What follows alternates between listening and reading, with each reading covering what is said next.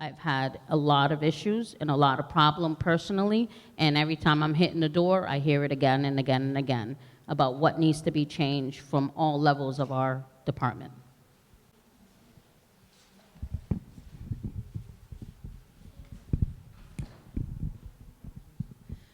You know, so many of the things that we strive for day to day are quality of life issues. And when you make a 311 call or you call the 911 non-emergency number, what you expect as a taxpayer is prompt response. What you want and expect is action. And we're not seeing enough of that. And as I'm knocking on doors throughout our 17 neighborhoods, that's what I'm hearing from citizens. Citizens deserve the same safety and the same protection in all of our 17 neighborhoods as now they're enjoying in the downtown since MGM came into town. It's great that we have a shiny new downtown, but we have 17 other neighborhoods that also deserve the love, the care, and the respect that all of you taxpayers have paid to have the right for.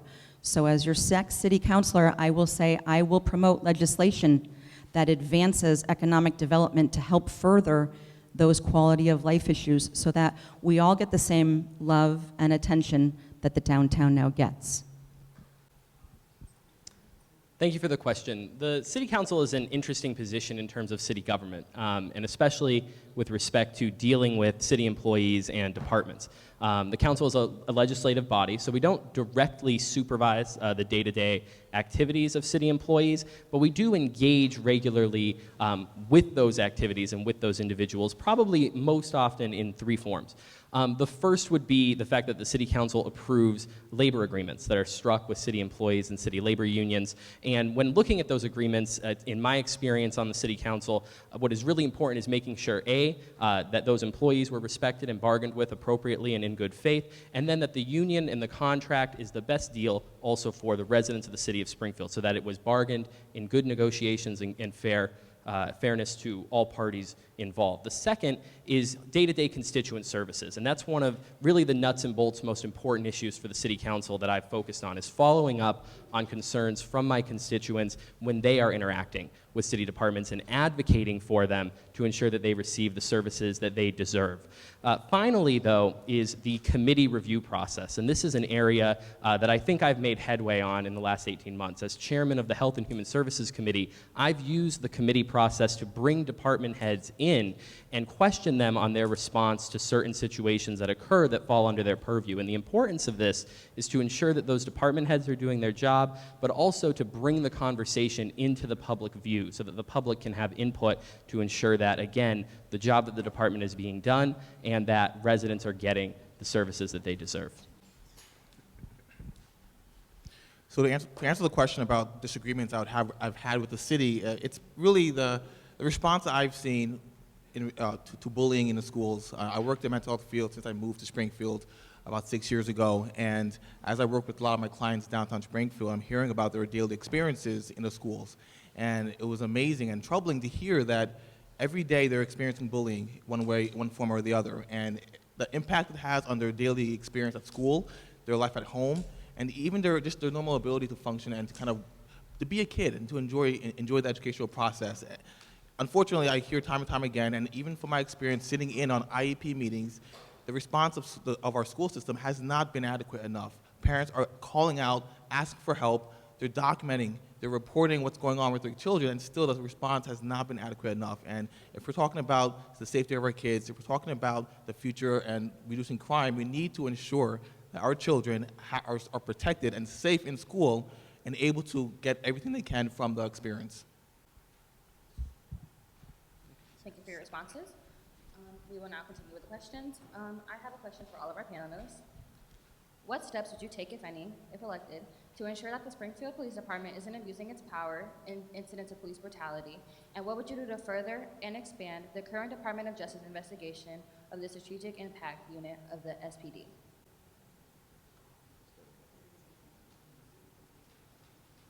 We can start from left to right.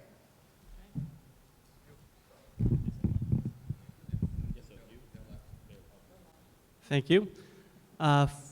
First thing I would do is appoint a police chief that actually wants to do something to stop the crime and also root out the corruption in the police department. Because right now, our police department is a joke. We have a police detective who is on film, on YouTube, actually like talking about planting drugs on a kid over in Palmer, pointing at a video camera that's rolling saying, we don't have those in Springfield. That right there. And then the guy also has the nerve to try to become a sergeant, tries to get a promotion after this comes up and out. We need to basically get someone in there who's gonna get rid of a lot of the bad cops that we still have. You know, and we also need a strong citizen review committee to actually police the police. Because for the most part, we can't trust them to police themselves. There are a lot of good cops, but there's also a lot of bad ones too. And from what we've learned within the last couple of years is Springfield has a lot of bad ones that need to go. I didn't introduce myself. My name is Johnny Ray McKnight. I'm running for City Council at large. I think the first thing we need to do to ensure that our police department is on the right track is increase the training. I think you got a lot of young police officers out there that don't have the proper training. And I'm not just talking about the training in the police academy. I'm talking about training that helps you deal with people of different races than you. Being able to police in minority communities, knowing different, people's background. I think that's one of the things that we could do to ensure that our police department is on the right track. Another thing that we could do, and I talked about this in 2015, is enact a police commission. The city council already approved it, and I think that's something that the mayor needs to, pretty much get on board with. And we definitely have to change the culture in our police department. I think the culture is rotten. So even though we're getting these young men and women going into the police department from the academy, I mean, they're going into a culture that is pretty much destroying their mindset. So they're automatically just going to fall into line of what their colleagues are doing. I think there has been too many incidents with our police department, and somebody needs to stand up and really approach the situation head on. Thank you. First, we have to think about, well, I'm a retired police officer. I got hurt on the job. I'm an ex-police officer in Boston. And I know firsthand how it is to be an officer. And I could tell you at 21, and now that I'm in 42, I do not think or act or behave the exact same way I was at 21. And if we ask a 21-year-old to become a police officer with a high school diploma, high set, and equivalent, to go out and only have 12 weeks of police training to know everything about law and everything about behavior, and we send them out to a street, look at that qualification, and would you want that as a doctor who's going to work on you? We need to have police officers who are in behavior health training, mental health training. They need to have better and more equipped. And if we're asking a 21-year-old with a high school diploma and equivalent to become a police officer after passing the civil service exam, then the academy needs to be at least 2 years, not 12 weeks. And then we're asking these same officers who are very green to step out and to be shadowed by another officer who has a lot of problems already in his jacket to be trained. We know several sergeants right now who shouldn't even be sergeants. We know that, it's public record. We need to change that culture. And me, as knowing how it is to be a police officer and to change that blue of silence and to encourage more to come out. Not only that, encourage more Latino and Black officers to actually run in their union as a union delegate. We need to change that. We could do more when we have enough for them to do service and training in-house. We need to do better. And we need to take officers out of the schools, and we need to change that culture. Thank you for your response. We're not going to move along. 2 years ago, I had the pleasure of being appointed to the Community Police Relations Committee, and we toured through every 17 neighborhood. And we had listening tours, and we sat in rooms like this. We sat at Rebecca Johnson, and we heard from people, we heard from constituents, how do you feel your neighborhood's relationship is with the Springfield Police Department? What is working for you and what is not? We heard that there is still lots of racial profiling going on in this city. We heard that C3 policing does work, and I am a huge advocate of making sure that at some point in time in the future of this city, we 100% employ a C3 policing model. It's just like the good old days on the Indian Hopi show when you knew the police that came through your neighborhood every day. You knew them on a first name basis. You could ask for their business card. You had their cell phone number. And if something came up, you could call them and they were responsive. And that's what we want. We also need to rethink the model of having police in our public schools. Right now, that's not a great perception in every school in the city. And we want to have a great interaction between our youth and our police. Unfortunately, when it comes to the SPD, a few bad officers have spoiled it for the many, and we do need to correct that. I'm in favor of body cams on every active police officer if they're walking a beat or in a car, because that holds them ultimately accountable. If that camera is on, there is no going back. When that camera hits playback, what we see is what happened. Thank you very much for the question.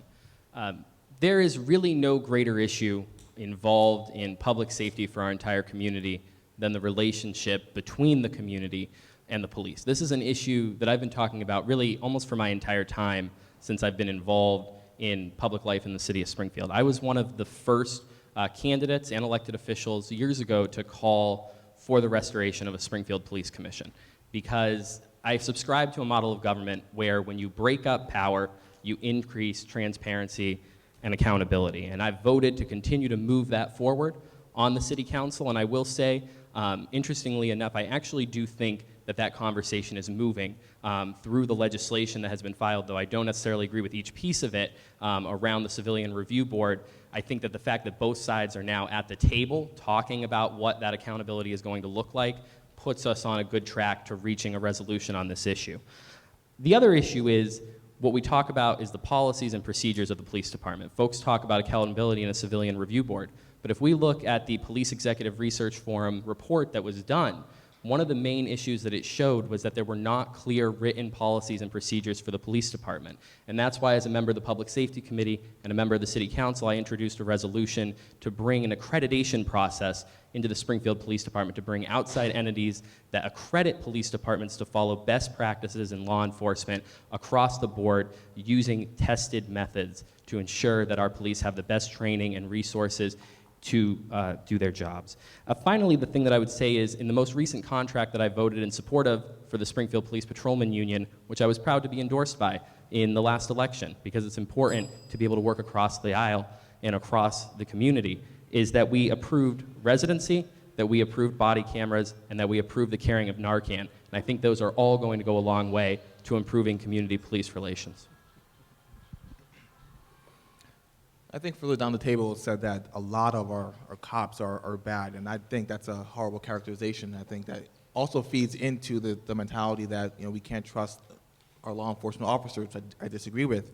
With about 500 sworn officers, I think the vast majority of them are good people. They are our fathers, our mothers, our brothers and sisters that want to serve and willing to put themselves at risk for our community safety.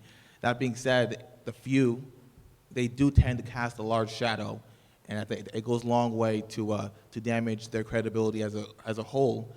I think the way we really begin to hold them accountable is by calling out those who are doing wrong, because we don't want them to poison the minds of our youth and their perception of our law enforcement officers.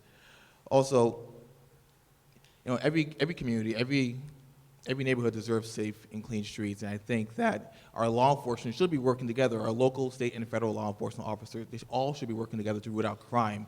And part of rooting out crime is focusing as well on the opioid crisis and substance use and abuse.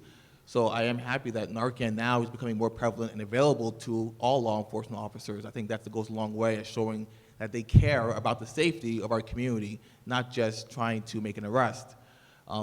The more that we can implement mental health practices, de-escalation techniques throughout the academy, I think it will become the norm that they try to de-escalate situations before them becoming more violent and dangerous. All right, so now we're going to start with some questions from the audience. The President Council wants to vote themselves for a raise. Would the candidates be willing to serve without a raise?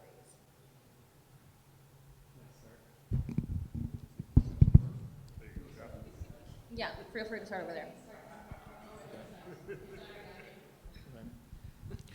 So first of all, Springfield residents and businesses, they really have a right to keep more of the hard-earned money. I mean, we're simply taxed enough already, and maybe you might think we're taxed a little too much.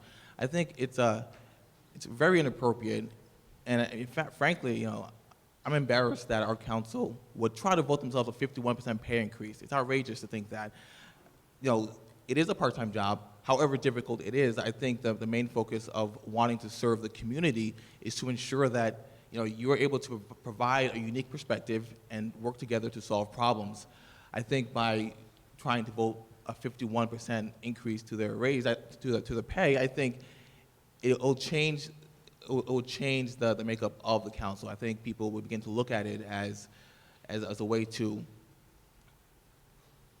I don't know, in a sense, benefit from an office that isn't always held accountable by their action and inaction.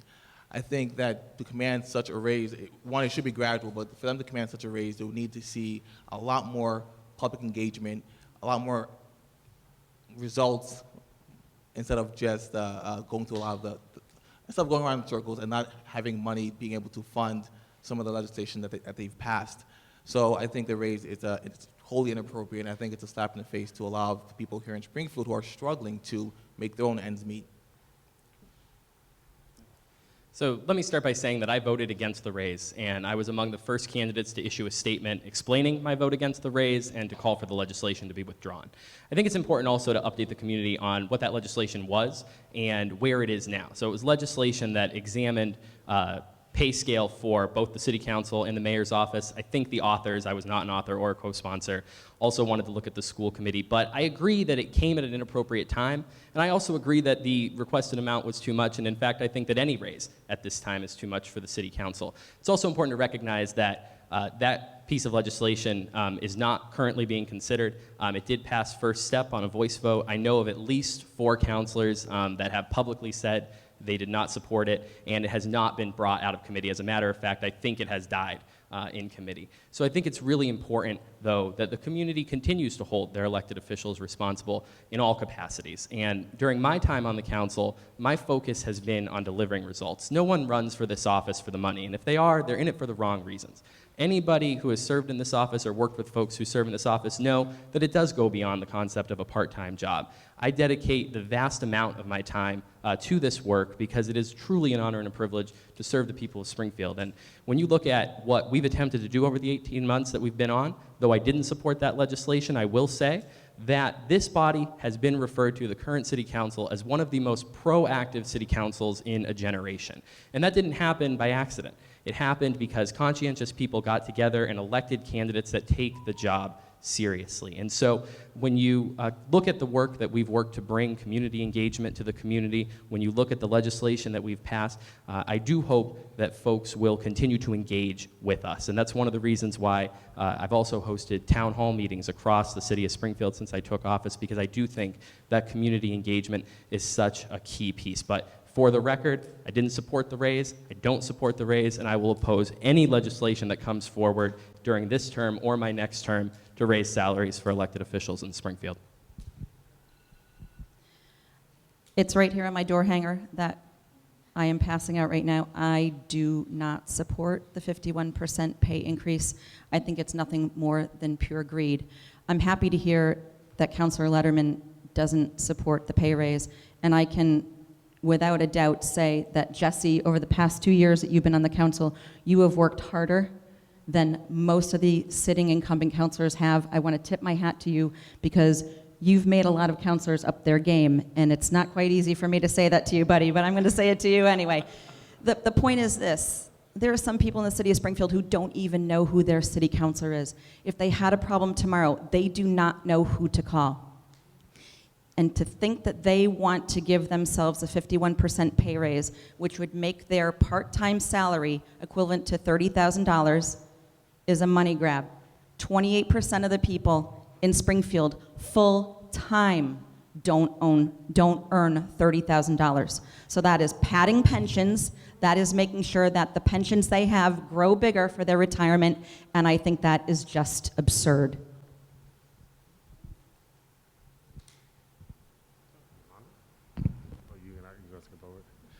Yeah, I grew up dirt poor. I mean, I've been homeless before. So, I mean, today I'm blessed. My partner is blessed. We both have good jobs.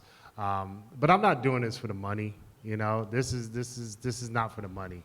I feel like if we're gonna use that money, let's create more bike lanes. Let's create more jobs for youth. You know, let's fix our roads. Let's fix our streets.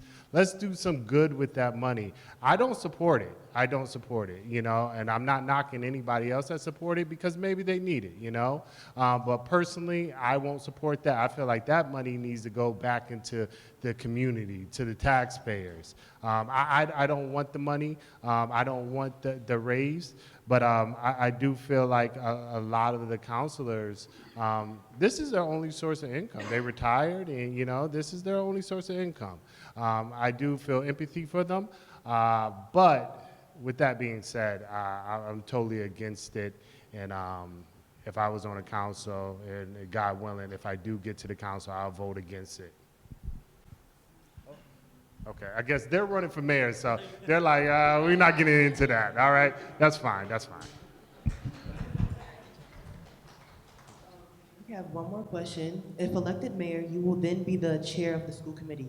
How will you address the $94 million that is owed to the district and ensure our students get an adequate education?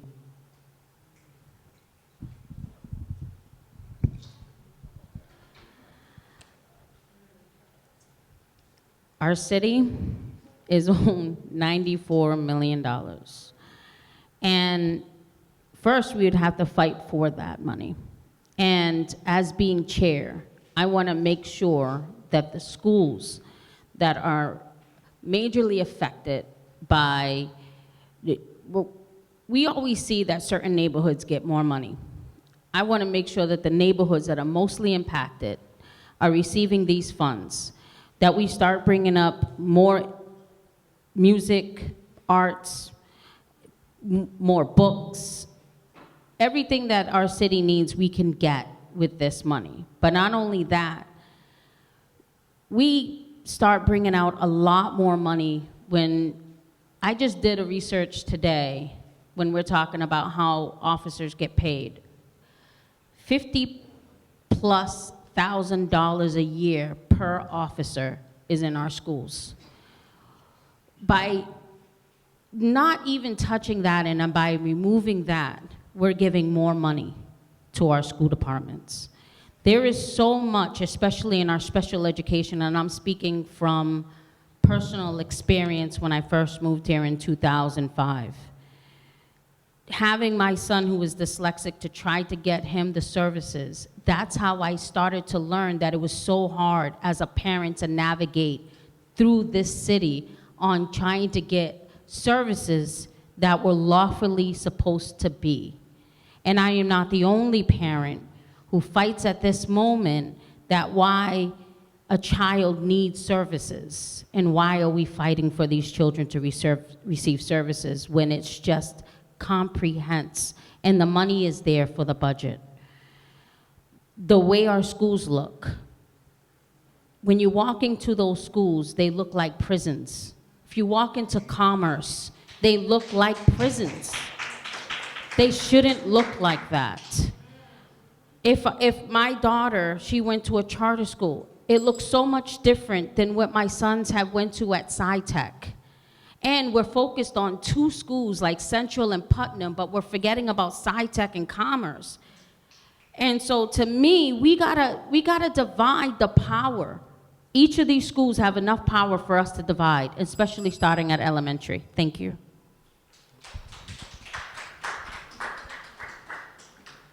As for the money that we're owed, we need to fight and get what's owed to us, plain and simple. And I hear about, taking police out of the schools. That's not the issue. The issue is not taking all police out of the schools. The issue is, like, hey, when I went to school, we had a police officer in the school, but the difference is it was a police officer that was not a militarized cop. It was a guy that was laid back, relaxed, and who we felt comfortable going to. The problem is that in Springfield, we have too many police officers that are not that type of person. And that's what we need. We need the type of police officers in the schools who people feel comfortable going to. They feel comfortable reporting something to. If they have an issue at home, if they have an issue in the neighborhood, we need police that the citizens feel comfortable with, that are not afraid of them, plain and simple. So that money right there going to the police to be in the school, as long as it's the proper police officer, which everyone knows that I'm not really a big fan of the Springfield Police Department, so me saying this says a lot. But also the schools, yes, the funds need to go to the schools that need the funds, plain and simple. Whether they look like prisons, yes, they look like prisons. Look at Stick. Stick looks like a prison. That's why I went to HCC, just saying. But that's just how they are. They're very large structures, and they're meant to keep you in. I also worked in DYS before, too, which was a youth prison. Looked kind of like a high school. But yeah, if you look at it, as long as we have the money that we need going to the right places that it needs to go, we're going to do good. We have a lot of good teachers in the city of Springfield. I know a couple of them. I went to school for our education at Westfield State, as well as psychology and criminal justice. I've been all over the place, And the thing is, we just need to actually sit there and work with what we have. And I'm sure that once we do, it's all going to work out. I know this ain't my question, but I feel like we need to pay the teachers more, and also we need more guidance counselors in the school system. We don't need more police officers in there. We need more guidance counselors.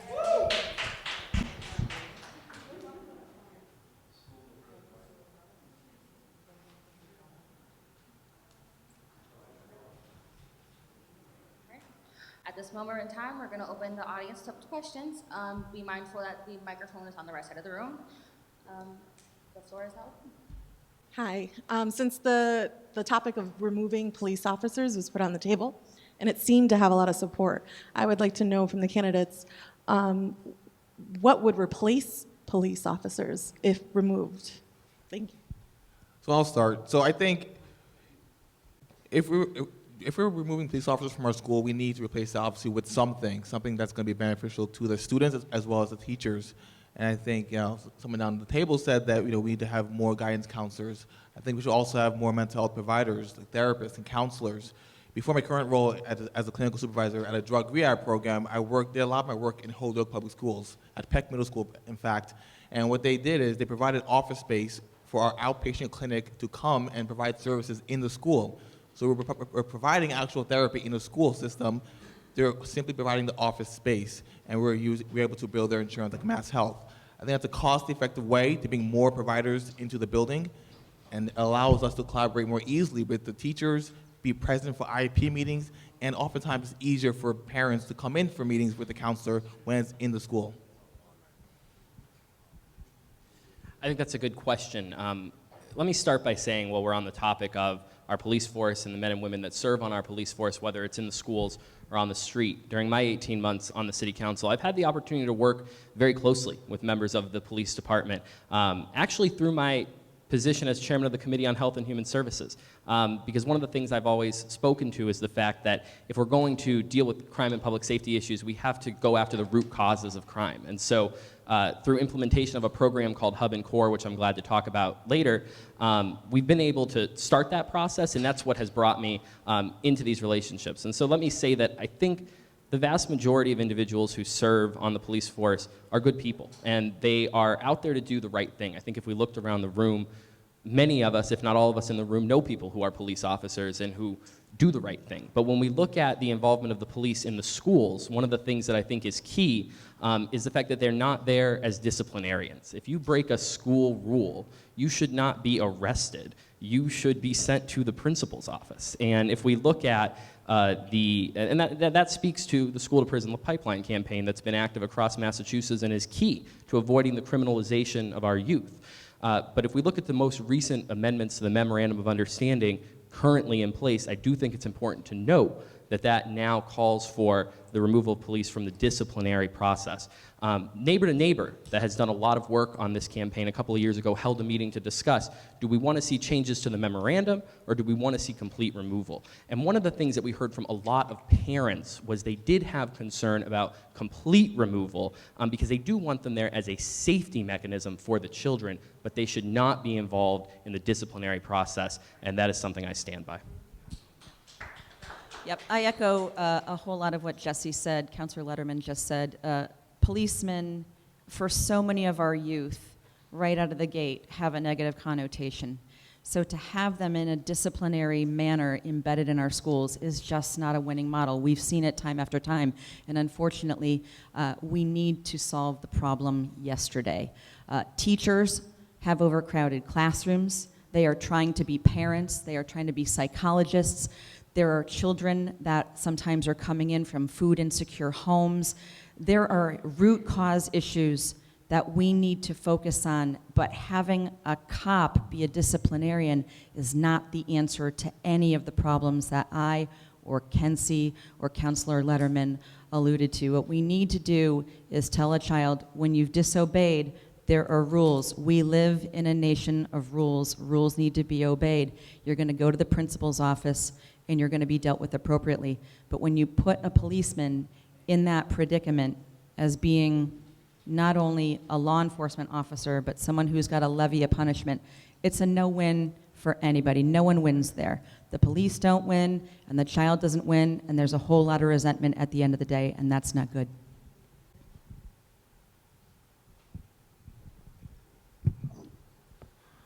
Hello. I think that I'm not clarifying myself when I say removing police officers out of the school. The reason why I say this, and I understand that that the school committee and the school department and the mayor's office came out with their little pitch of what they should do, but they didn't give credit to Neighbor, ACLU, Arise for Social Justice for fighting about the school to prison pipeline. They took all the credit, and none of that credit was theirs. I was on the campaign with my late organizer friend, Jafet Robles, when we were fighting for school to prison pipeline. And the reason for this is because the year that my son was graduating from SciTech, they had a school prank, a senior prank. They were having a food fight. A orange had hit the teacher. They all got arrested. While getting arrested, their diplomas were withheld for over a year, instead of it being just a suspension. I know from personal experience as a mother about school to prison pipeline in our school departments. I know how it feels to deal with police officers in the school. And I am speaking from experience, not from me not knowing how it feels to be a mother raising 3 black young men in the city of Springfield. I know exactly what you're feeling and what we're going through. It's not a speculation. I am a parent. I know that we can make changes by providing someone different in our schools, besides a police officer with a handcuff. to arrest our children. We need something that is different, someone to, and that's already 2 minutes? Jeez. Thank you so much for your response. So basically, our children go home and they're police. When they get back to school, they're police. It's too much policing. I don't want my child, I just had a baby girl, I don't want her to go to school with that much police presence. I feel schools should be a utopia, you know? It should be one of those places where you go and you should have a nice, calm, relaxing environment to learn in. I grew up when there wasn't any police in the schools. So I feel like you don't necessarily have to have police in the schools. Then I was reading in the paper the other day that I guess the training for the officers in the school was optional. When it comes down to our kids, nothing like that should be optional. It should be mandatory, and they should have did that in the beginning. So it falls on them. Whatever happens to our kids in the schools, it falls on them, and I think it's outrageous that it was optional to begin with. Thank you. Police in the schools, think about it this way. What happens if we don't have police in the schools? What could happen? We've had way too many school shootings happen, and if you look at it, a police officer is a first responder and could possibly stop those from escalating or even starting. It's not nice to think about, but it's the truth. You know, as for the police, they should have to do special training to weed out the bad ones, to be in the schools, and just like the school-to-prison pipeline. I worked in DYS before, youth prison. I saw a lot of kids in there for disrupting an assembly, in jail for disrupting an assembly. Come on. That's a big no-no. It should be handled in school by the school administrators. The police should just be there for protection and to be someone that they could approach if need be with an issue. Also, I worked private security way back in the day over at a private prep school. I was working overnights. If I caught a youth doing something, I didn't call the police. If one of the stores nearby told me that the youth was doing something that they weren't supposed to do, shoplifting, whatnot, try to buy cigarettes, I would talk to the youth and I would call the dean, and the dean would handle the situation. The police in the schools should not be arresting youth unless it's a serious criminal activity. And the schools should be policed by the administrators, plain and simple. Plus, the administrators have to actually take what the teachers are saying to heart and actually need to listen to them and do something.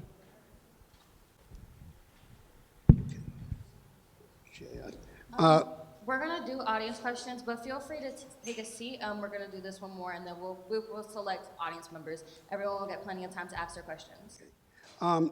This issue is in regards to a question that was asked in regards to police excessive abuses. And the answers: need for removal of bad cops, changing the culture, adding more training. There also needs to be a change in policy. Right now, there's a policy that not many people know about, and the police department is violating citizens' constitutional guarantees. You know, this lady here, she was on the committee to improve the relations with the police and the community. I spoke out at Rebecca Johnson that night, and the next day, the journalist wrote, "Accountability lacking in Springfield Police Department." Well, 2 years later, accountability is still lacking after complaints to the mayor, the city council, the police review board. There's a policy that's violating our citizens' constitutional guarantees, as well as myself, that I complained about, that has not changed one iota in 10 years of complaint. Councilman Letterman, you say that, which I'm aware of twice, the city council voted to change the police leadership structure, overrode the mayor's veto. What is the follow-up on that to accomplish the city council's objective to change the police leadership structure, which is very much needed? What does the city council plan to do in order to change the leadership structure that you voted for in order to, yes, bring about the changes that need to be brought?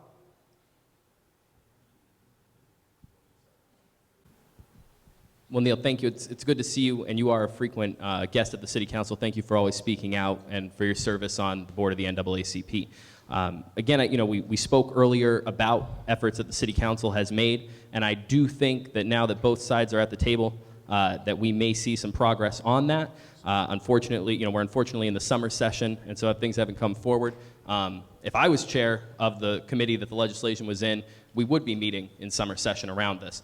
And so I think that key, though, you mentioned the policy. And the main thing that stuck out from the Police Executive Research Forum review of the SPD's internal investigation unit and of their policies and procedures was that there were no clear written policies and procedures. And so even when people came before the civilian review board that existed under the executive order, they weren't being charged with any specific thing of a violation of departmental policy. And that is why I think the accreditation is so important. Listen, I know this has been going on for way too long. It is moving way too slow. And I don't want it to appear that we're just sitting here going, we're going to do another study, we're going to have another community meeting, because we know the action is needed. But during my 18 months on the council, I have called for that action time and time again. My fellow councilors have called, and we are finally in meetings about legislation with it. So that is going to continue to be my priority, and this is for everybody. The individuals who serve on our police department want these policies and procedures in place, as does the community, because it is important for the individuals who are doing their jobs and for the individuals that they serve. Thank you. I just want to note that I'm not here representing the NAACP. Those are my personal concerns. We're now going to take a question from one of our YFA members, Destiny.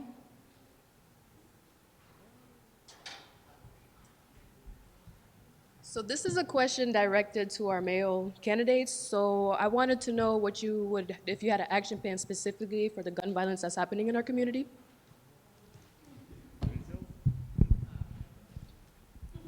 Can you repeat that once, please? I wanted to know if you had an action plan for the gun violence that's happening in our community. Yes. Realistically, the gun violence in the city of Springfield, the people that really could stop that are the judges. Right now, we have judges who are releasing people on $50, $500 bails who are caught with drugs and guns.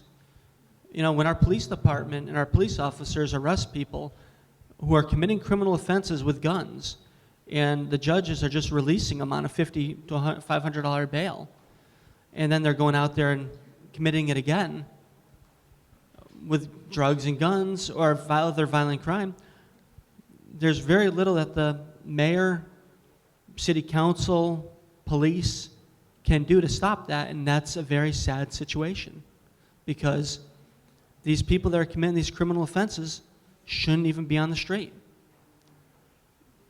Thank you. There's absolutely everything the mayor of the city can do.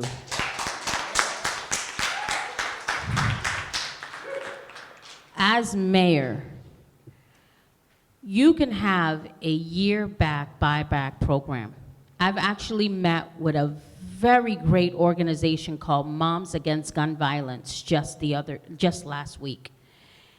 They have the money in the budget, and we're going to use Springfield as a pilot program to have a year buyback program.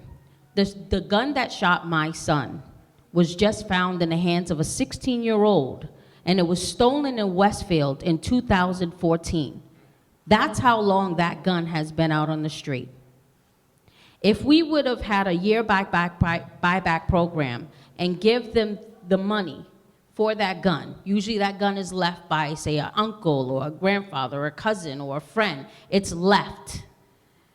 I know because Boston did it when I was younger. They had a year buyback program, and they would get the market rate for the firearm. Now, on the street, a firearm, if it's just a firearm that isn't clean or anything, it costs $75 for that firearm. 75. The reason why I know this is because I'm a C3 coordinator in the South End. I've worked really hard to clean up the South End, very hard when I first moved in there. I've also sat with Kelly on the commission board, so we listened to the entire city. I know that this program would work because I know for a fact it would work. Because if some child of the age of 16 and the new Jordans would come out and he has a gun that he doesn't even really want or never used, he's gonna pull that gun in and we're gonna give him $171. Where's he gonna run to? The mall. But guess what we have with no questions asked? That firearm. Thank you.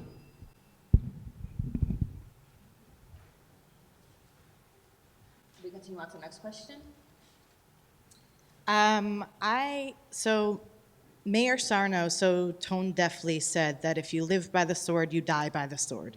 So I would like to know from the mayoral candidates what they feel is the root cause of participation within gangs and gang violence within the city of Springfield, and as well what they plan to do to reduce the participation within gangs and attempt to reduce the amount of gang violence within Springfield as well.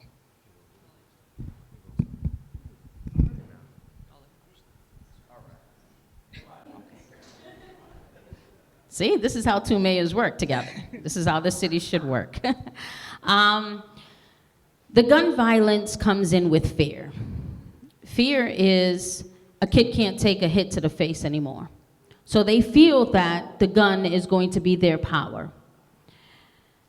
What we need to change is the culture of firearms. That starts with firearm training. My sons have been learning since the age of 5 how to break apart a gun, fix a gun. They don't care about guns because that enticement of what our, I don't want to sound old because I'm 42 and says, hey, you know, that rap music and stuff like that. But the culture is almost like glorifying the firearm, and it's supposed to make you a man if you have it. And we need to change that culture to say that you're not a man, or you're not a woman, or you're not the leader to have that firearm. My sons are right now making shirts that would say, and actually with the help of somebody from Springfield, No One Leaves, to change the culture of how we say that this will let you see another day. And it's going to be a policy that they're putting together right now to change that culture, and we need to change that. The reason for gangs is because the children are in fear of not having either a mom or a dad at home, that somebody else is teaching them. They feel like family. Nobody else is listening to them. It's a fear of loss. So how do we give that in? Right. But if we keep using grades to not have our kids play sports, if we keep using grades not to have our children in the school systems, we need to have sports for them. Sometimes sports, I just signed my son up for Longhorn, it's $200. We need to change that.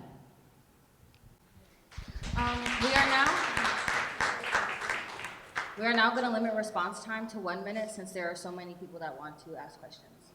Thank you. Okay. Yeah, gangs. So the root cause of gangs. What do you think the root cause of the participation within gangs and gang violence within Springfield is? Well, family. They're looking for family. Mm-hmm. They're looking for acceptance. They're looking for family. I ride a motorcycle. I've been offered to prospect for some clubs. I've refused because I'm not looking for love like they are, family. And if you look at it, it's sad because they really don't have much to do in the city. Sports are expensive when they shouldn't be. They should be free. When I played sports back in the day, they were free. Also, I actually did try to reach out and make a difference in the city of Springfield. Because think about it this way, you have people that play sports, but then you have people that don't play sports. I'm an artist as well. I was looking and trying to get the fire station over in Oak Street. I was going to turn it into a live-work art studio where I was going to do outreach for inner city youth to come in and give free art classes. But the city wasn't going to have that because I didn't want to take out a mortgage on the property. I wanted to pay out of pocket for the renovations, and they didn't want to put me into debt. How sad is that? Hi. Yes, but Yeah, someone mentioned family, and it's a pretty sad fact that there are a lot of children in this city who, when they go to school in the morning, their teacher is their mom. Their principal may or may not act like a father or a mother figure. These are children who are desperately looking for inclusion and acceptance, and gangs welcome children of all ages with open arms because it helps perpetuate what they look and they stand for. After-school programs are key. And I know our budget is thin, but if we don't invest in our children, we don't invest in the future of the city. And so having after-school specials year-round is the key. I do also think it's absolutely outrageous that children have to pay to play in any sport. We need arts back. We need shop and music and home ec back. Let's get these kids some life skills and get them feeling like they are worthy of themselves again. I know this was a question for the mayoral candidates, and let me be clear, I'm not running for mayor. But I think that it is important because we all have a role to play. I don't disagree with what Yolanda said about gun culture, but the gun is a tool, and the gun violence is a symptom, okay? And I say this because when you look at the hub and core model that we brought in, or that we're working to bring in, that originated in Saskatchewan, Canada, where gun culture and gun laws are very different. They had the same epidemic levels of homicides and violence as a city like Springfield, but it was with knives. And they started to look at what was causing this symptom. The cause is poverty, it's hopelessness. People don't wake up one day and say, I'm gonna go out and kill somebody, I'm gonna go out and commit a crime. There's chain reactions that lead up to that. And if we are not targeting the beginnings of that, if we are not identifying when we start to come into contact with folks and we see they need help and we ignore that, we don't connect kids with mentorship programs, we don't connect those suffering from addiction with treatment. When we ignore those root causes, you can lock everybody up each and every time, but the problem will continue because you have not treated the symptom. So I agree with a lot of the candidates here on this panel. The root cause is multifaceted. It's poverty, it's fear, it's a need to belong to a family or a group, it's desperation. A lot of this also has to do with not having a strong adult figure in their lives, and it often begins at a younger age. You know, this idea that I need to prove myself or I need to belong in some way, somehow, is what eventually leads to joining or being convinced to join a group that you don't know fully what it's about, or not realizing what you're going to be asked to do at some point. You know, so often, you know, when I was working with young adults in the counseling sessions, you know, they would talk about how they didn't realize what they were getting into. They thought it was just friends hanging out, and very quickly became something a lot different, and they felt compelled to stay in order to keep friendships. So it's really that desperation to really feel like they belong to something bigger than themselves. We can give them something better and more positive to belong to. we'll now be moving on to the next YFA question. Kaylee? This is a question for all the panelists. What will be your steps to bring and enforce mental health awareness and education into Springfield Public Schools, including elementary, middle, and high schools? I'll start with that.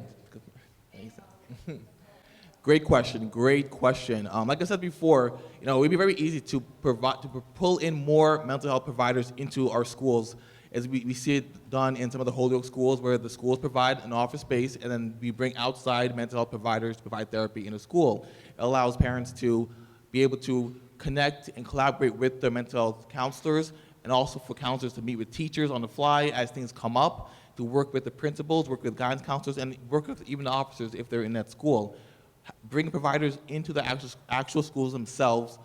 It won't break the budget of the school as long as they're providing the office space, and then the insurance of the students will be able to pay for the services. I think it's worked well in some of the Holyoke schools, and we should really be doing it here in Springfield.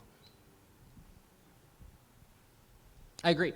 I recently held a hearing, the Committee on Health and Human Services with the Gandara Center, which did a wellness report surveying youth in the Springfield Public Schools. And I left the hearing saddened by the percentage that we saw of individuals who answered the question affirmatively, do you feel sad every day? And we can't expect our young people to excel if they are not getting the resources they need and the support that they need in order to do so. I come from a long line of social workers and therapists, and I think one of the key things when we talk about doing anything in the school from the city council end, it's important to recognize the role of the school committee and their authority over the schools, and that's why it's so important to have a relationship between school committee members and city councilors. I've had the real great fortune of getting to know and work very closely with school committee woman LaTonya Naylor, who's endorsed my candidacy, and that's how we're going to get those programs in, is by working with the people that have the power to speak out and bring them in. Let's start in kindergarten. When children are coming in, I happily serve on the board of directors at Square One. If anybody is familiar with Square One, raise your hands, because they are doing great things in this community to make sure that no child gets off on the wrong foot when it comes to education.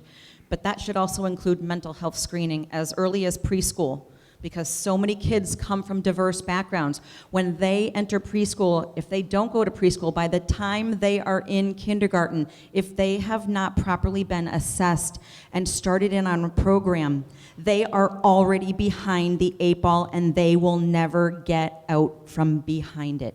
So the most we can do is start up front. As Councilor Letterman said, work with our school committee and make sure that the budget we give them, whatever we can do to work with them to make sure that we have funding for them, is pretty key.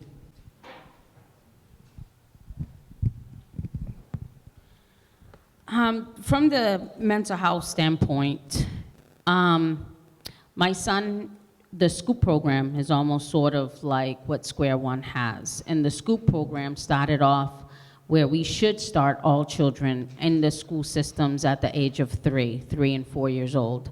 That's when we start learning that if a child has cognitive behavior or anxiety or such a social background, you start learning around 3 and 4 years old. But if a parent doesn't have the money or doesn't have a job, then the child doesn't go to school until that parent signs that child up. So the child is left behind with already knowing, or the parent knowing, what the child needs right from the beginning. But with that, if we promote and we bring, why isn't my time always running faster? I'm gonna check your thing later. You gonna talk. You see, like all the other candidates out there get all the It's the same minute on the process. Maybe I'm working on my mayor talk. But definitely after this, I'm a chess and not a checker player, so I don't deal with the timing. So if you guys ever want to talk to me personally about how it is that we need to change and what we could change in our city and progress it without hearing what I have to say on a 2-minute or a 10-second run, please reach out to me and I will talk to anybody. And I would like to do, and I'm not want to give Jesse credit, but I would like to do a town hall meeting, and I think the mayor should do that at all times, at least once a month, to hear. I think in our school system, we need to do meditation and yoga. I think we need to start with stuff like that, you know? I think that would go a long way in teaching our youth about their history. I mean, telling them that, hey, you know, your ancestors were slaves doesn't help the cause. They don't talk about us being kings and queens, you know? So I think if we start talking about those real issues and teaching our youth about their history and showing them self-love and teaching them self-love, I think that will go a long way. And that's what we need to do in our school system. A lot of people forget that our education system is about teaching. Meditation, yoga, things like that, it's beautiful. But at the end of the day, we have standardized testing and our students are lagging. And we need to actually teach our students stuff. Like, we need to teach, you know? Like, we need to stop talking about yoga and stuff like that and actually let the teachers teach.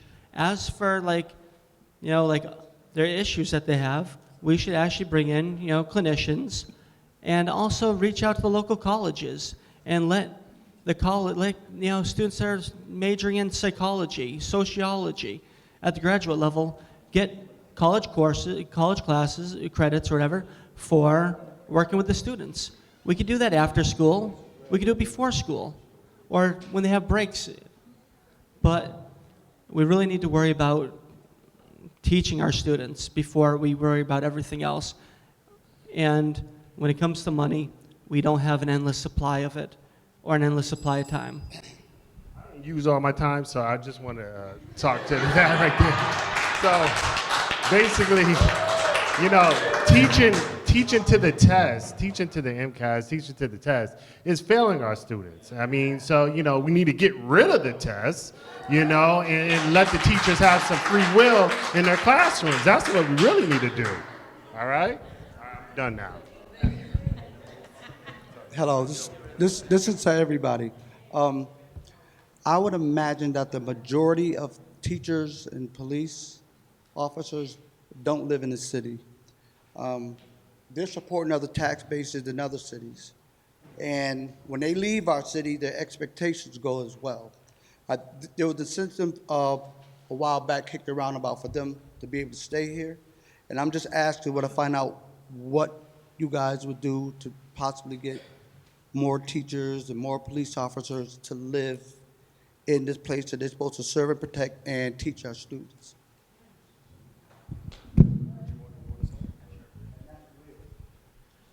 Basically, our teachers and our police should be living in the city and the community that they work in. Plain and simple. You know, you just make it a rule, make it a regulation. If you work in the city, work for the city, you have to live in the city. Plain and simple. So back in 2015, when I first ran for public office, I set aside and I said that I wanted all city employees, I wanted to implement a residency requirement. And I still, you know, hold truth to that today, that all city employees should live in the city. That taxpayers' money should be, you know, trickled in our community. So I still believe that, you know, I believe that then and I believe that now. I have been saying it since the beginning. I know that one of our candidates down there, when he was 17, I was already fighting for it, working with the police commissioner personally and explaining why residency requirement for our police officers was very, very, very important.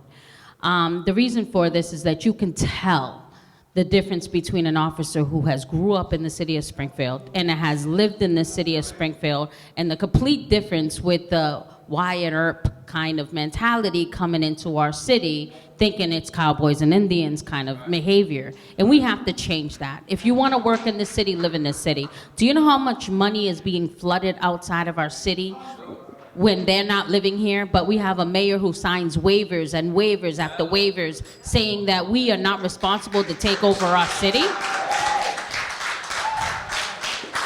I say it now and I say it forever, and I've been saying it before I even thought about running for candidacy. If every person who didn't live in this city, we fire him, then we all would have jobs because we'd be living here.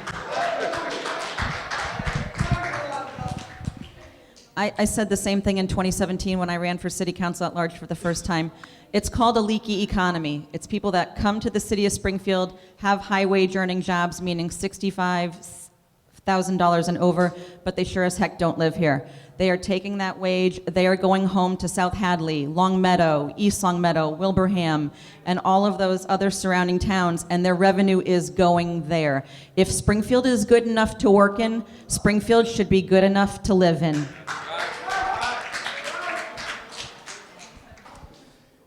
We have a residency requirement in the city of Springfield, and every single labor contract that I voted for on the Springfield City Council has a residency requirement in it. I won't vote for one that doesn't. And the truth of the matter is when you look at the most recent police contract, we do have a 10-year residency requirement. It's one of the strongest residency requirements in Massachusetts for police, and so because of decisions that have been made in arbitration in the past. So the fact that we were able to get that agreement signed, I think, is going to make a difference.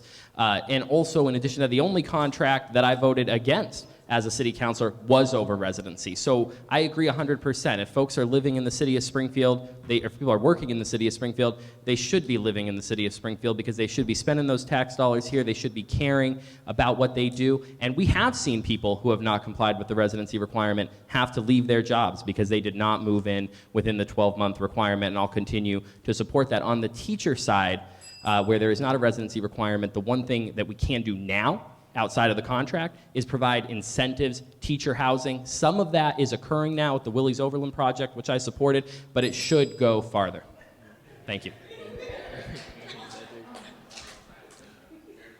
I also agree that we should be encouraging those who work in the city that we're paying their salary. They should be living here as well.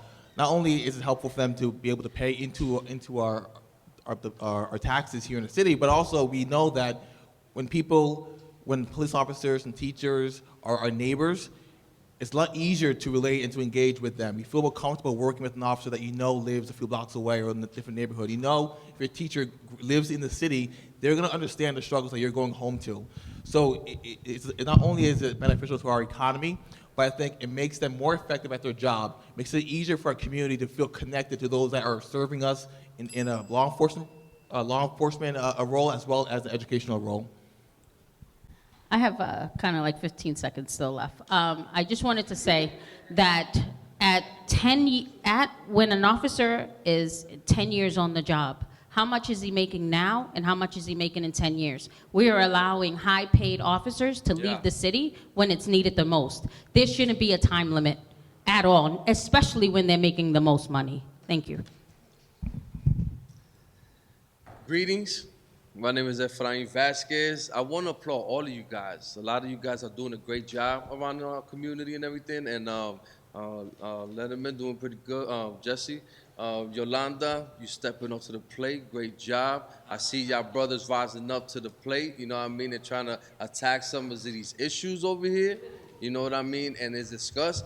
Brother, I agree with some of the stuff you're saying, except the clinicianal part.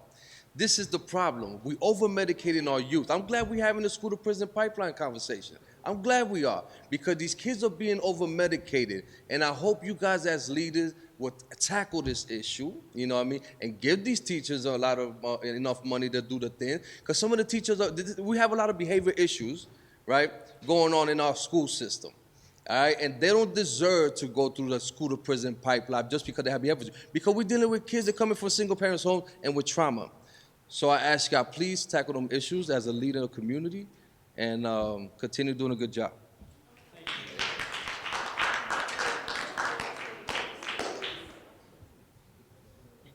Okay, I have a statement, then a question, really quick. So as a current educator in the school system, I thank all of you, for advocating on our behalf. And my statement is that when it comes to education, it's more than just teaching in the classroom and teaching to a test. There are three of us in here I can vouch for right now, myself, Jesse, and to put you on the spot too, Peyton, sorry. If our teachers, and a specific teacher, she only taught us to a test, we would not be standing where we are right now. My expeditionary learning school, if they taught us to a test, we would not be the leaders out here in the community doing what we need to do. So it's not just about coming to school and going home. If I just did that with my kids, then they would not be growing into leaders they need to be. So I'm Leslie Campbell. Thank you. I am the chair of the Young Democrats of Western Massachusetts. My question is, what are you going to do as elected leaders to civically engage young adults between the ages of 18 and 35? Because they're not engaged and that is an issue. So I want to know, how are you going to tackle that?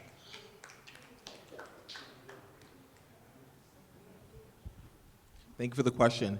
So we've seen a change over the years. When I was in high school, civics course is a big part of our curriculum, and they told us about the importance of being involved in our community. In fact, when kids were 18 as seniors, they were taken to register to vote.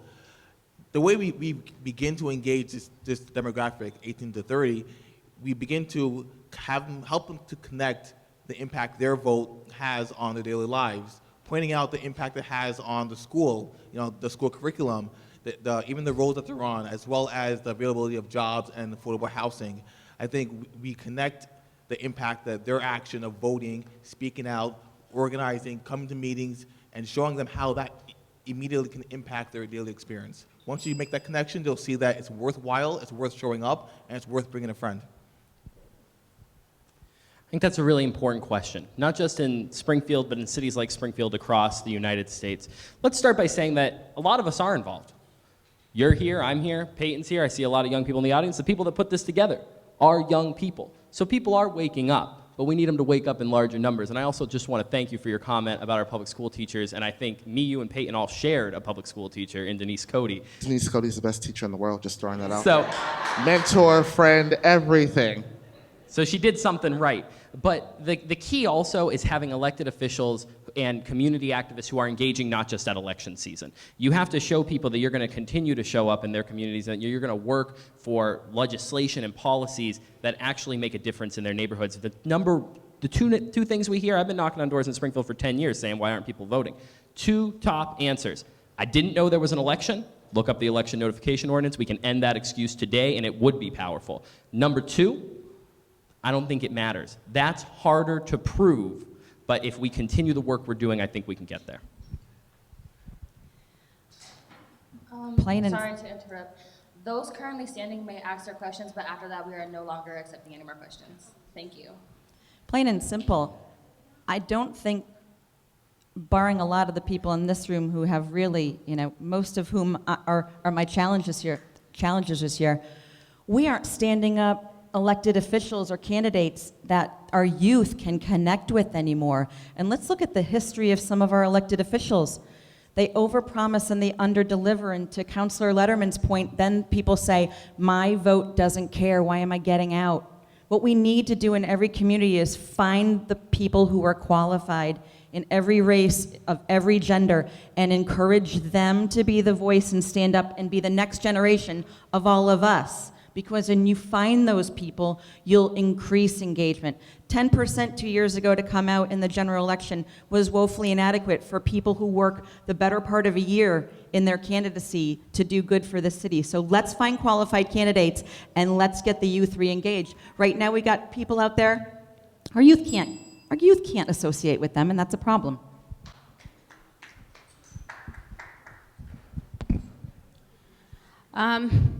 I think that the best way to start engaging our kids is to start them early with civic engagement inside the schools.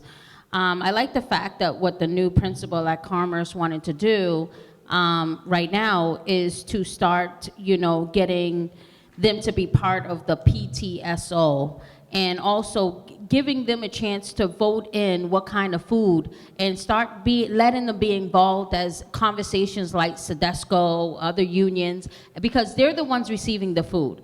This is where we start for them to start changing, by them being a part of the process and them learning what negotiations is about. That's how we're going to start with the youth engagement. Start having that student government across all ages, starting from middle school, even elementary. I mean, we see fifth graders are not stupid, right?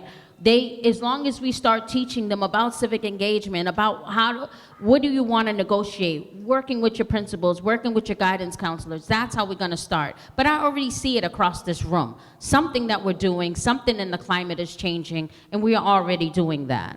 And I hope that we continue. I feel like we need civics in our schools for our young people. Personally, I want to create a democracy school like they have in New Haven, so the average resident can, see what local government looks like. Talk to department heads at City Hall, talk to the elected officials. So those are some of the things that I would like to see implemented in our city, and I think it will go a long way and get people more involved. Also, you need to get involved with your local neighborhood board, A lot of those boards go empty, and I don't care if you're a Republican or a Democrat, get with your committees, Every city and every ward has a committee. I think we need to, really engage that, and I think that can go a long way as well. Basically, I think that the schools should start teaching current events even. Half an hour even, per day. That way, the students actually will learn what's going on around them, because I believe current events are just as important as history, because our current events are going to be history one day, and without knowing them, you're very blind to reality. And I think it would be a good idea, plain and simple, and maybe even having a few extra clubs after school. Vacations, summers, you know. Thanks.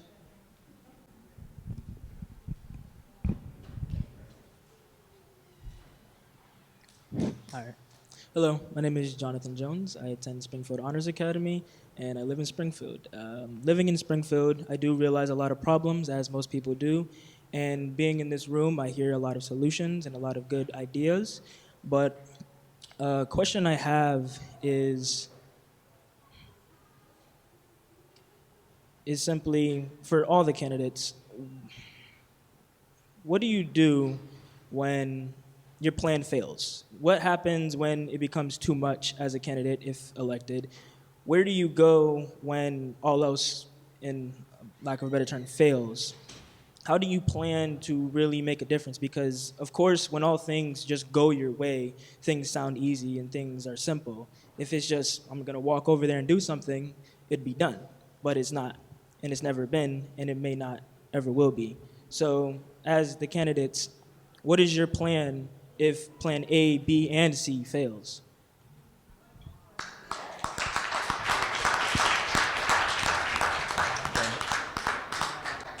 Due to time restrictions, we're going to further limit the response time. So once your two things are heard, please cease talking. Thank you. All right. There goes plan A. All right. So we all have great ideas, and you know, my biggest concern about local government is that when a problem fails, they keep perpetuating the same solution that has not worked. That's a problem. That's a real big problem. I think if a problem fails or it doesn't get the results you want, you return back to the people. You get more minds on this question and try to figure out what works. You don't try to double down on the same failed solutions. You bring more people in the room, you figure it out, and then you go again. If it takes plan D, E, F, G, you keep going down, but you bring more people into the room to figure out a solution. Tell me your name again. Jonathan Jones. Jonathan, thank you for being here. When I'm invited to speak at scholarship events and graduations, I always tell the young people in the room two things. It is really important to have a plan for what you're going to do in your life, and even more important than that is to not be afraid to change that plan. When I got elected, I'm very glad to say that every piece of legislation that I've put forward thus far during my term has been passed. But it doesn't mean it always gets implemented the way that you want. And one of the ways that you solve that is through coalitions and relationships. The City Council is a legislative body. There are 13 members. So there's no walking in and saying, this is what we're going to do, and it just happens. It's about working together and also working out in the community. Just as a small reminder, 1, ding means you have 15 seconds left. 2, you have to stop. That's your other speaking time. We're going to get you on the presidential Right. At my kickoff back in May, I said 2 words are essential: compromise and collaboration. As Councilor Letterman says, there are 13 members of the City Council. The City Council is not run by one person. The mayor and the City Council have to collaborate. Without a willingness to sit at the table to hammer through it time and time again, the Springfield citizens are not served. So to go in there and blindly say, this is my plan, that is never going to work. You need to go in saying, this is what I would like my plan to be, but you got to flex. You got to be willing to say, okay, I'm not building consensus. So what else? How can we do this differently and still think about the most important people at the table, the voters of Springfield? And you got to be able to do that. Thank you for that important question. It starts with a conversation and hopefully ends with a solution. My life is based on hard and compromising. I have 5 children. That should tell you how hard it is in my house to find socks and everything else, that an argument, whose shirt, whose socks. So I live the life on how to compromise and make things. When we're talking about a system of working with this kind of mayor, sometimes you have to stroke an ego to get what you want. We have to work together no matter what. No matter what. You don't have to like somebody, but you have to respect them. You have to work with them for the greater good. And that's where we need to start with this city. The cliques in the city of Springfield have to stop. The little cliques and the little things that are going on all around, that needs to stop. We need to work together for the greater good. And as long as we don't work with somebody because you don't like somebody, then we've lost. Nice. Jonathan, hey, how you doing? You're probably not gonna like my answer, but when A, B, and C fails, I pray. That's what I do. And then I try again. Never will compromise my values. Even on the city council, I pray, try again, but never will compromise. Basically, everyone goes into life with a plan. As soon as your plan starts going spiraling out of control, you just gotta dig deep inside and look at what's right. If what you think is right, then dig in and fight for what you believe in.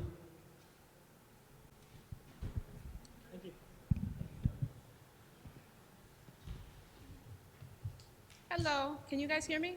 Okay, my name is Kelly Laro, and I am a disability advocate. I represent children in the school. So my question is, this year I had brought up the fact that the special education department in the public schools is also being regulated between the mayor's office and the school district, where they're collaborating as friends.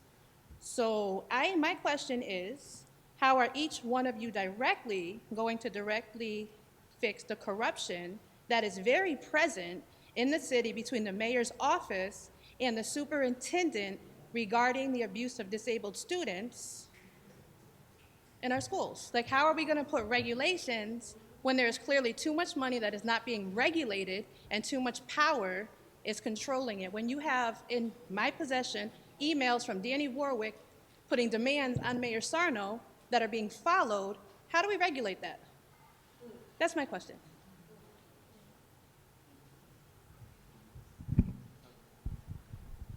First off, get rid of Sarno. Basically. And once you get rid of him, like with me personally, I went to school with a lot of people with disabilities, the LPVC, Lower Pioneer Valley Educational Collaborative. I've got friends with severe mental issues as well as physical. And I understand personally how hard it is for them to live life, especially for them to be taken advantage of by a political machine. Right. And that right there needs to stop, because even though all of our students matter, these ones are the ones that really need the special protections involved, because they can't fight for themselves, a lot of them, and it's really criminal. I used to work in a juvenile detention center, and I was teaching there. And one thing I did see was a lot of young men coming into that center, and their IEPs were not followed. And I thought that was a tragedy. And I was outraged by it, and I spoke, truth to power. And it fell on deaf ears, because I'm hearing that it's still happening. But we need to fix that, and we all collectively need to speak up against that. So I would be the first one to speak up. As mayor and as the president of the the school committee, we have to make those changes when it comes to the corruption and or avoiding the fact of what we have of the problems in our school systems. Sometimes we wait for IEPs. Some students are being told that you're not approved for IEPs. And what starts right there is that we start to have a cusp of kids who do need services, who are on the cusp, but then they're not making it enough. We don't have a classroom for those in the cusp, what they're considered as a problem in our school systems. And we need to readdress how we do that in our school systems, because we have to handle the kids that are on the cusp. And I have to make sure that I address the fact that you have to know that when a child is on Ritalin, that it is one molecule away from crystal methamphetamine. So while we're over-medicating our kids and over-testing our kids, we are missing the core value of what is going on with the kids. It could be seen like that in a corruption if they're over-lawyering themselves, or we have somebody in the school system that says, let's retest a child for autism because he might outgrow autism. It's a great question. I'm not a city councilor. I'm not a school committee person. I have no personal insight to anything below board that might be going on, but there are a few things I know is true. Let's start by treating all children equally, whether they are special needs children or they are the children excelling at the highest levels within our school system. We need to treat every kid equally and give every child the benefit of the doubt, the same per capita spend, and the same attention. We need to consider how we use school of choice and how we use charter schools in our system. And maybe let's take a step back and say, what's wrong with our mainstream public schools? And let's start there and pay a little bit more love and attention to shore up our public schools so that we're not using school of choice and charters as a crutch to make our public school system look great. Kelly, we've known each other a long time. I have a lot of respect for the work that you do, and I know that we've also discussed the specific situation that you're looking at, so I want to be reserved a little bit of my comments so I can remain in a position to advocate around that. But I think that part of it starts at being sure that we're providing every single one of our students the services they deserve. And right before you came in, we had a question about the school funding mechanism and ensuring that we are getting the funds that our students, that our children deserve to manage that, and then talking about how we manage it. Me and you served together on the governing board of the Springfield Renaissance School, and that is a model that I've supported for a long time. The Renaissance School is a public school, but it's governed by a governing board of parents, teachers, and folks that are familiar with those students, and they make those policies. So I think that's very important. Hi, Kelly. How are you? Good. So I know you wanted a specific as to how to deal with this issue, this corruption. So I've served on the Lighthouse Holyoke, is an alternative high school, serving on the board, and we help kids who could not fit into the regular mold, of the traditional school system. And I've always been a fan of equity over equality because no two children are the same. They learn differently. Some have more needs than others. And I've also sat in a lot of IEP meetings where the school is trying to ram down their ideas and they try to shut out the parent. And at those instances where it gets to that point where the school is not paying attention, where they're not helping or responding to the needs of the student, then parents need to explore outside support, like advocates like yourself. Well, if it gets down to it, even legal remedies, because parents, the best thing that for a child is a parent that's willing to fight for them no matter what. And I would encourage parents to have an outside, parental advocate to make sure the kids get the services they need. It gets to that point. At some point, you have to go outside the school system and get professional help.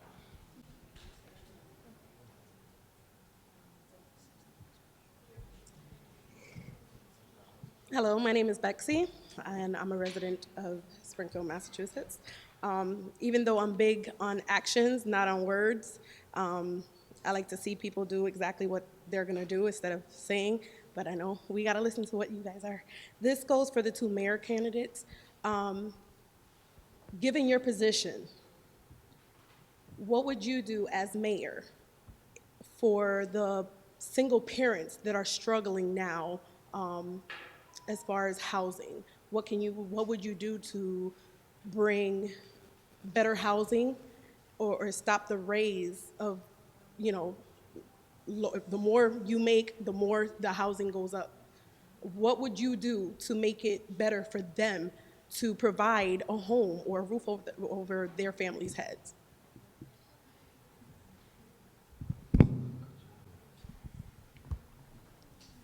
That's a hard one. I'm just being honest with you, it's a real hard one because I work with someone who actually lives in one of the, city housing, and she actually just had her rent go up because, she's a waitress and she makes more money now. So yeah, there's very little we can do, but what we can do is try to work with the people in the communities and the neighborhoods to make the environment safer, comfortabler, and also at the same time talk to the people running the housing authority and try to not be as hard on the people living in those areas.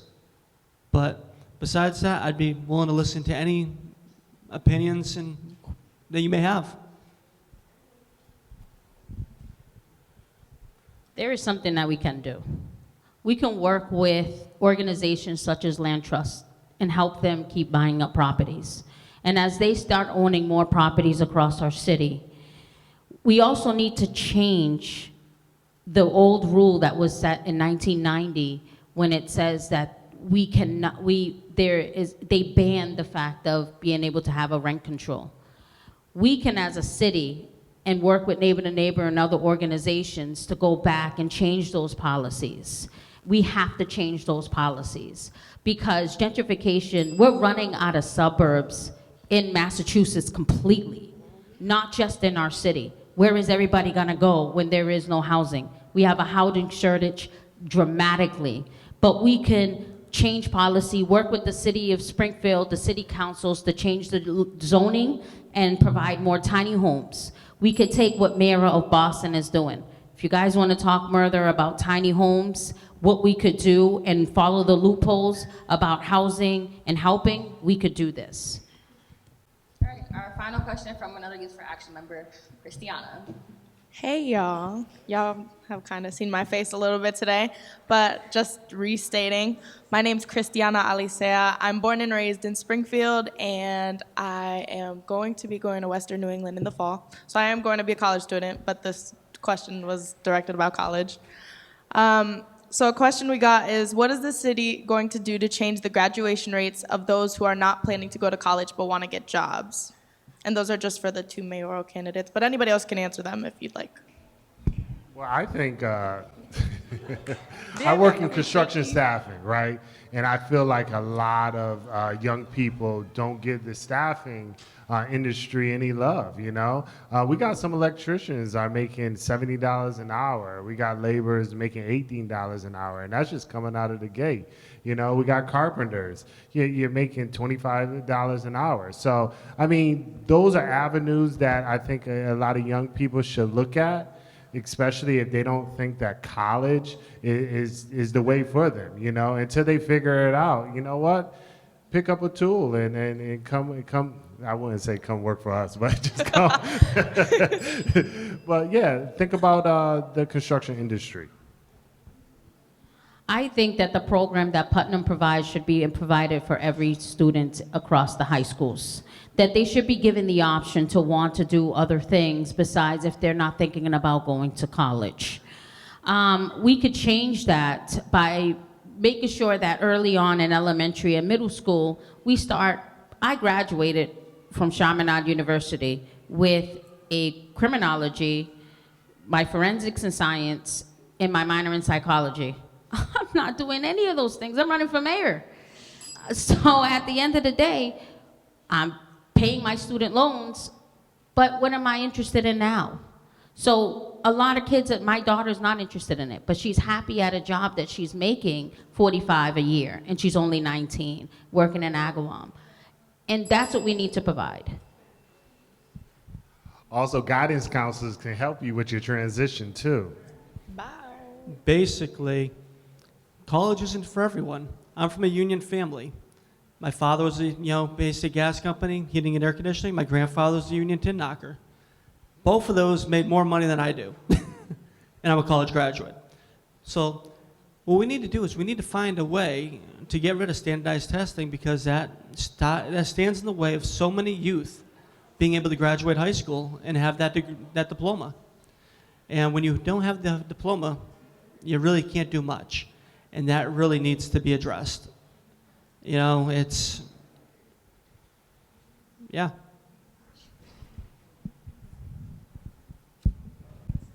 I was gonna say, go ahead, take a jab at it. Absolutely. Thank you. So I agree. You know, I think more vocational training is a direction many students will go into and will be successful making a livable wage. I think also the military is another good way for kids to get on the job training in many different fields within the military. It's not all infantry. It's a lot of places they can travel and learn about, and that may spark an interest in something else. My brother was a Marine for 8 years, and after he got out of the Marines, he went into physical therapy. So he didn't think he was going to go to college, but just being in the military, he realized he had an interest in something else as well. So I think all those options should be put on a table for them. It's a great question. I actually work in higher ed, but I work with non-traditional students who come to college after different careers. So I've seen how much people do in their lives, whether they go to college or not. One of the things that I think is important to recognize is the creation of jobs in the trade industry. And I'm very proud to have been endorsed by, in each of my elections, the Food and Commercial Workers Union, the Iron Workers Union, and the Carpenters Union. And they have incredible training programs that we need to be pushing our people into, but we also need to make sure they can get to them. And the funding that's coming from incoming cannabis dispensaries, we sponsored the first legislation in the state to make sure that a third of that funding goes to historically impacted communities to include job training programs. Show of hands. When was the last time any of you in the workforce used algebra? Exactly. Mel, maybe you're a teacher. Are you a math teacher? You just spoiled it for me. You're out of here. Get out of here. To jump off the back of Councilor Letterman, job training and collaborating with unions is key. My mom was a telephone worker union member for many years. My grandfather, who has been deceased for many, many, many years, was the president of the Bricklayers Union, and he built many of the dorms in our area colleges. And those are noble professions. We need to get back into the habit of telling our children that non-traditional is traditional, and education takes on many forms.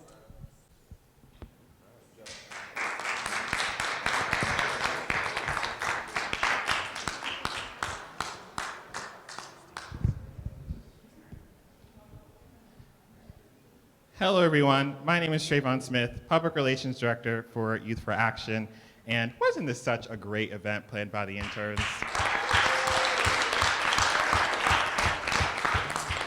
Could we just actually have the interns stand and give them a round of applause? Because when I'm telling you I did no work, I literally did nothing. So.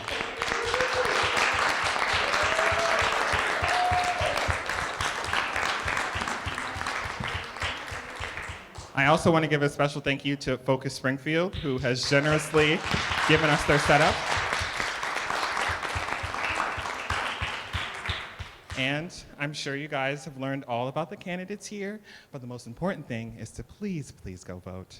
Please go vote. It would be really ironic if you came to this event and not voted, because that would be a waste. But seriously, thank you guys for all coming out. We're super happy with the turnout here. You all learned, I'm sure, a bunch from these candidates. And now, we just gotta wait until this primary. The good old primary. But thank you guys for coming, and have a wonderful night.